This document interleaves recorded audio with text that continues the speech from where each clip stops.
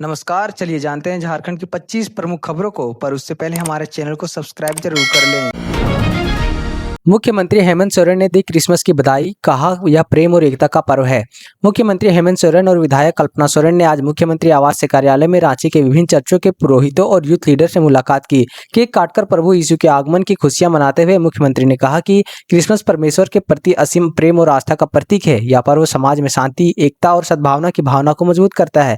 इस मौके पर arch bishop Raju Satish Toppo, missionary of charity के सिस्टर्स समेत कई धर्मगुरु मौजूद रहे।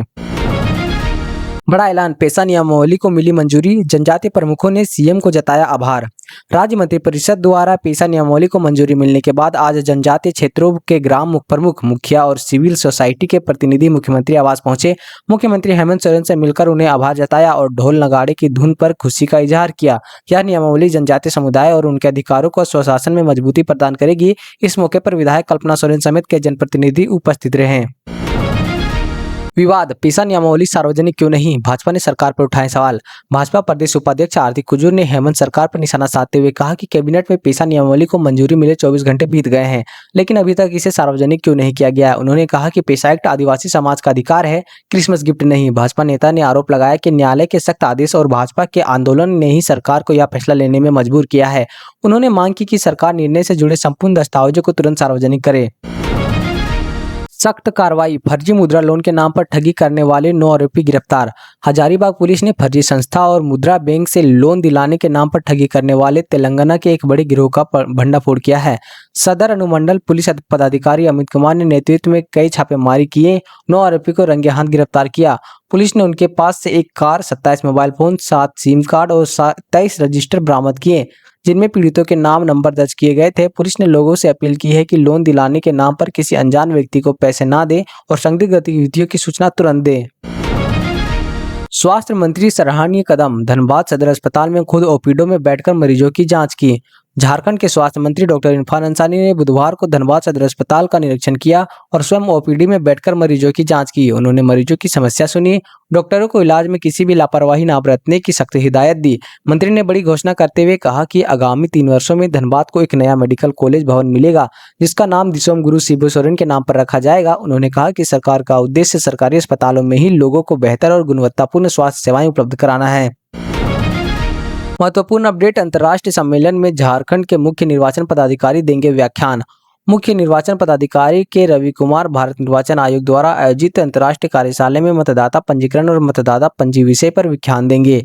इस वैश्विक मंच पर बेहतर प्रस्तुतिकरण के लिए राज्य के प्रतिष्ठित शैक्षणिक संस्थानों के विशेषज्ञों का सहयोग लिया जा रहा है। बुधवार को निर्वाचन सदन में आयोजित बैठक में Saint Xavier's college, National University of Study and Research in Law, केंद्रीय विश्वविद्यालय झारखंड और एमईटी यूनिवर्सिटी के विशेषज्ञों ने अपने महत्वपूर्ण सुझाव साझा किए हैं। दर्दनाक हादसा, चाईबासा में सड़क दुर्घटना में 3 युवकों की मौत पर एक गंभीर।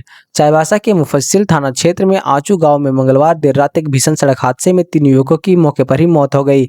एक गंभीर रूप से घायल है और 4 युवकों में एक बाइक पर जड़ी बूटी की दवा बनवाने के बाद घर लौट रहे थे, तभी उनकी तेज रफ्तार बाइक सड़क के किनारे खड़े लकड़ी लदे ट्रैक्टर में टकराई। वही हाटमगरिया थाना क्षेत्र के केंदापोसी में 2 ट्रकों के आमने सामने भिड़ंत में एक ट्रक चालक संजय मोदक 47 वर्ष की मौत हो गई। ट्रैक्टर चालक मौके से फरार है और पुलिस जांच में जुटी है।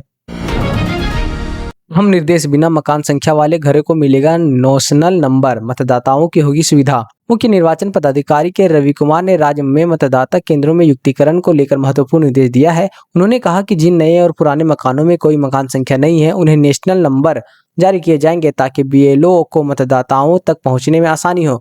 इससे एक ही परिवार के सदस्यों को अलग अलग मतदान केंद्रों पर जाने की समस्या खत्म होगी। साथ ही बीएलओ द्वारा घरों पर स्टिकर लगाए जाएंगे जिन पर मतदाता केंद्र, पार्ट नंबर, बीएलओ का नाम और फोन नंबर अंकित होगा, जिससे मतदाताओं को आसानी से संपर्क करने में मदद मिलेगी।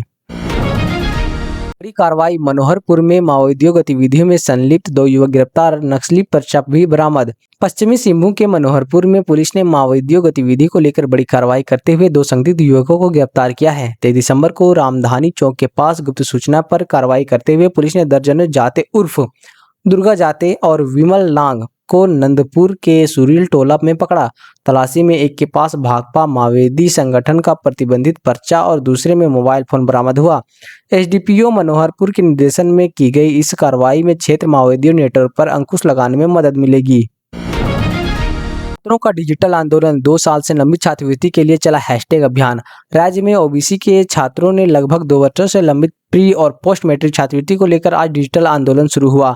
जेएलकेएम नेता देवेंद्र नाथ महतो के आह्वान पर हजारों छात्रों ने scholarship payment hashtag JLKM hashtag के जरिए केंद्र राज्य सरकार में तुरंत भुगतान की मांग की।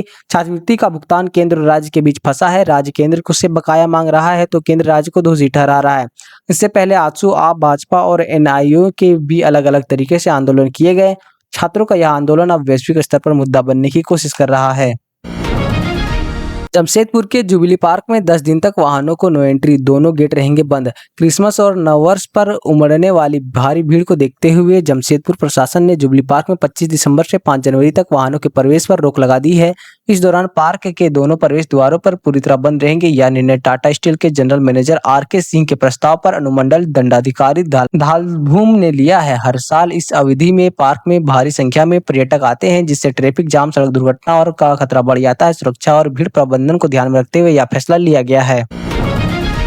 में होमगार्ड की नई बहाली का विरोध, जवानों ने डीसी को सौंपा ज्ञापन। गढ़वा में 2023-24 में बहाल किए गए होमगार्ड जवानों ने नई भर्ती पर रोक लगाने की मांग को लेकर शुक्रवार को उपायुक्त को ज्ञापन सौंपा। गृहरक्षकों का कहना है कि उन्हें आज तक नियमित ड्यूटी नहीं मिली, केवल आपातकालीन ड्यूटी कराकर वापस भेज दिया जाता है। जवानों ने आरोप लगाया है कि नई बहाली कमीशन के निकली जा रही है, जबकि ड्यूटी की कमी के कारण पुराने जवान ही बेरोजगार बने हुए हैं। उन्होंने पलामू जिले का हवाला देते हुए कहा कि वहां भी नई बहाली पर रोक लगा दी गई है। गृह रक्षकों ने मांग की है कि पहले उन्हें नियमित ड्यूटी दी जाए, उसके बाद नई बहाली पर विचार किया जाए। द्रौपदी मुर्मू के जमशेदपुर दौरे की तैयारी तेज, सचिव और आईजी ने ली समीक्षा बैठक। राष्ट्रपति द्रौपदी मुर्मू के 29 दिसंबर को जमशेदपुर और आदित्यपुर आगमन को लेकर जिला प्रशासन ने अंतिम तैयारियां शुरू कर दी है। वाणिज्य कर सचिव अमिताभ कौशल और जनरल आईजी मनोज कौशिक ने परिषदन जमशेदपुर में समीक्षा बैठक की, जिसमें 2 जिलों के डीसी, एसएसपी और अन्य प्रशासनिक अधिकारी उपस्थित थे। बैठक में यातायात प्रबंधन, मार्ग मैपिंग, बैरिकेडिंग और पुलिस बल की तैनाती पर पूरे क्षेत्र को नो फ्लाई जोन घोषित करने पर चर्चा हुई। इसके बाद अधिकारियों ने करनडी स्थित कार्यक्रम स्थल एनआईटी जमशेदपुर और एयरपोर्ट का निरीक्षण भी किया। क्रिसमस पर बड़ी सौगात, रांची को करीब 4 लाख महिलाओं के खाते में मैया सम्मान योजना की राशि। झारखंड सरकार ने क्रिसमस के अवसर पर राज्य की महिलाओं को खास उपहार दिया है। मुख्यमंत्री मैया सम्मान योजना के तहत रांची के जिले 3,93,084 महिलाओं के बैंक खातों में नवंबर माह का सम्मान राशि भेज दी गई है। डीबीटी के माध्यम से 2500 रुपए प्रति लाभार्थी की दर से कुल 98,27,10,000 रुपए का भुगतान किया गया। शहरी क्षेत्रों में 25,038 महिलाओं को सबसे अधिक लाभ मिला, जबकि कांके में 31,781, मंडर में 23,308 और सिल्ली में 31,390 महिलाओं को राशि मिली। यह योजना महिलाओं को आर्थिक रूप से सशक्त बनाने और आत्मविश्वास बढ़ाने का प्रयास है। बड़ा ऐलान, 16 जनवरी को साहिबगंज और पाकुड़ में पत्थर ढुलाई होगी बंद, रेल विकास के लिए आंदोलन। झारखंड मुक्ति मोर्चा के केंद्रीय प्रवक्ता पंकज मिश्रा ने रेल विकास की मांग को लेकर 16 जनवरी को साहिबगंज और पाकुड़ में रेक लोडिंग और माध्यम से होने वाली पत्थर ढुलाई पर पूरी तरह से बंद कराने का ऐलान किया है। साहिबगंज के पत्थर व्यवसायी के साथ हुई बैठक में सभी एक स्वर में समर्थन देने की बात कर रहे थे। व्यवसायियों ने कहा कि यह आंदोलन साहिबगंज के विकास से जुड़ा है, जो अत्यंत आवश्यक है। मांगों पर विचार न होने पर 5 जनवरी से इंडेंट लगाना भी बंद कर देंगे। पंकज मिश्रा ने कहा कि यह लड़ाई साहिबगंज के विकास के लिए है और जल्द पाकुड़ में भी इसी मुद्दे पर बैठक होगी। भ्रष्टाचार का भंडाफोड़, पीएम आवास योजना की किस्त के लिए रिश्वत लेता पंचायत सचिव गिरफ्तार। हजारीबाग में भ्रष्टाचार निरोधक एसीबी ने बड़ी कार्रवाई करते हुए विभाग पंचायत के सचिव प्रभु नारायण सिंह को 2500 रिश्वत लेते रंगे हाथ गिरफ्तार किया। ग्राम हुआ के मोहम्मद अलीजान अंसारी ने शिकायत दी थी कि पंचायत सचिव प्रधानमंत्री आवास योजना की पहली किस्त के लिए 10,000 रिश्वत की मांग की थी, जिससे बाद में 5,000 और फिर 2 किस्तों में 2500 पर सहमति बनी। एसीबी ने शिकायत का सत्यापन किया कि मंगलवार को ट्रैप टीम ने दंडाधिकारियों और सरकारी गवाहों की उपस्थिति में आरोपी को पकड़ लिया। आगे की कार्रवाई जारी है। झारखंड प्रदेश यूथ कांग्रेस चुनाव, रांची से विजयी पदाधिकारियों ने निकाला भव्य विजयी जुलूस। झारखंड प्रदेश यूथ कांग्रेस ने हालिया चुनाव में रांची के विजयी सभी नवनिर्वाचित पदाधिकारियों ने आज प्रदेश कांग्रेस भवन के भव्य विजय जुलूस निकाला। रांची महानगर कांग्रेस अध्यक्ष कुमार राजा, शाहबाज अहमद, मेहुल प्रसाद और प्रिंस भट्ट ने विजेताओं को माला पहनाकर शुभकामनाएं दी। प्रदेश उपाध्यक्ष विक्की ठाकुर, शिल्पी कुमारी वर्मा, जिला अध्यक्ष गौरव सिंह समेत कई पदाधिकारी चुने गए। कुमार राजा ने कहा कि यह चुनाव संगठन की लोकतांत्रिक मजबूती प्रतीक है। नवनिर्वाचित नेतृत्व युवाओं की आवाज को मजबूती उठाएगा। यह जुलूस संगठन की एकता और युवाओं की जोश की प्रतीक है।